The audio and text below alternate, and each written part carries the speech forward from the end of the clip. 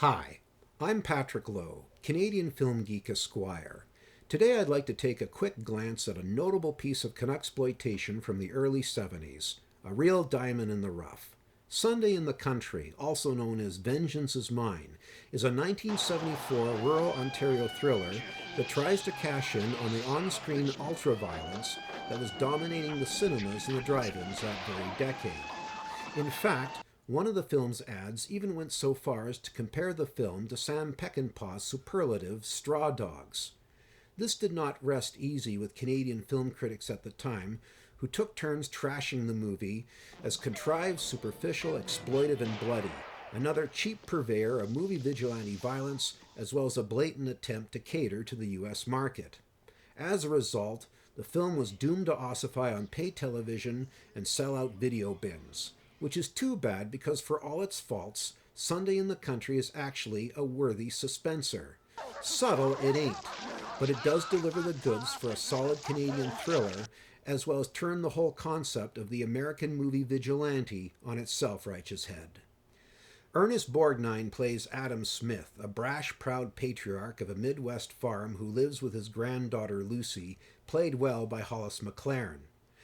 Adam, of course, is a God-fearing citizen and righteous churchgoer, as well as a very angry man. All the farmers' troubles end up around some local politician who's afraid to make any demands on any higher politician, who's also afraid to step on somebody else's toes for fear they won't get reelected. So we suffer. I tell you, this country's going to damnation. Nothing else but going to damnation. But on this particular Sunday morning, 3 bank robbers are on the run trying to hide out from the police, and they inadvertently venture onto Adam's home territory. What did I tell you?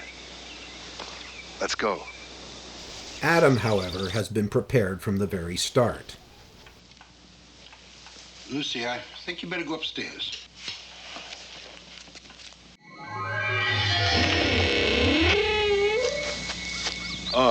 Good afternoon, sir. My car broke down on the road. Is there a mechanic around here someplace? There's one in town. Do you mind if I use your phone? Well, sure. Come in, help yourself. Thanks.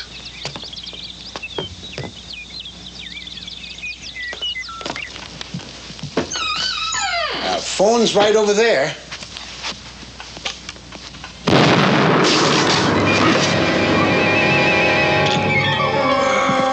Hold it. It ain't too often I get a pair of weasels to shoot at this close. Afterwards, Adam decides to keep the 2 remaining thugs in his own custody for a while, giving them a taste of their own medicine.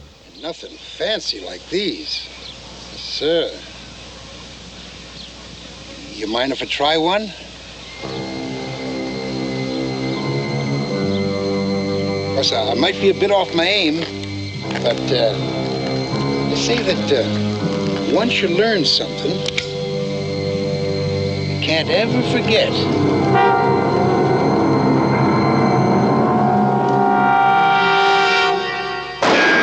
Lucy, however, is not in favor of this. Graham, the police are looking for them. We can't keep them here.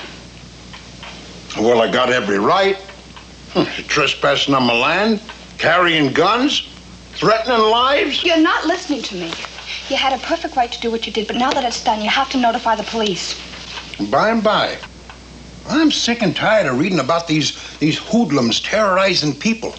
I think it's about time that someone taught their kind a lesson. Gramps, they're wanted for murder. They'll either hang or go to jail for life. The way the law is today, they'll probably get 60 days with 2 months off for good behavior. For God's sakes, Gramps, you're not the law. No. But they could learn a lesson or two while they're here. And so we are given a dilemma. Is Adam Smith just as evil as the 2 thugs he's captured, or do they in fact deserve their own just reward? Director John Trent deliberately sets up a very suspenseful narrative that neatly walks a moral tightrope, both defending and chastising Adam Smith, and is helped by a superlative performance by Ernest Borgnine in one of his best post-Marty roles. With his black eyebrows, jack-o'-lantern grin, and huge frame, he becomes a sort of man-of-the-house turned monster. I've always protected mine and my own. I don't intend to stop now. And Michael J. Pollard from Bonnie and Clyde is sensational as Leroy, a sort of hippie Caliban capable of all sorts of nasty surprises. Unlike so many films of its era like Dirty Harry, Death Wish, and Walking Tall, the film does not glorify or lionize the American vigilante. In fact, this is one of those rare thrillers in which the supposed hero is anything but. This film sees Adam as a tragic figure, a man who in his self-righteousness goes above the law because of his bitterness towards the world, and in the end he is left to a lonely, tragic fate, as a man who has gone too far. The film sees the self-righteous man of the house as an empty vessel, for the grapes of wrath turn very sour for Adam Smith. Which is what I think is the most Canadian angle working in this picture. It doesn't glorify movie vengeance, and refuses to believe that more violence is a solution to anything. And for what was considered a run-of-the-mill bit of bloody mayhem of the 1970s, is actually a very profound piece that packs a punch, for anyone who wants to watch it free on YouTube. Otherwise, I'm Patrick Lowe, signing off until next flick, Megwitch.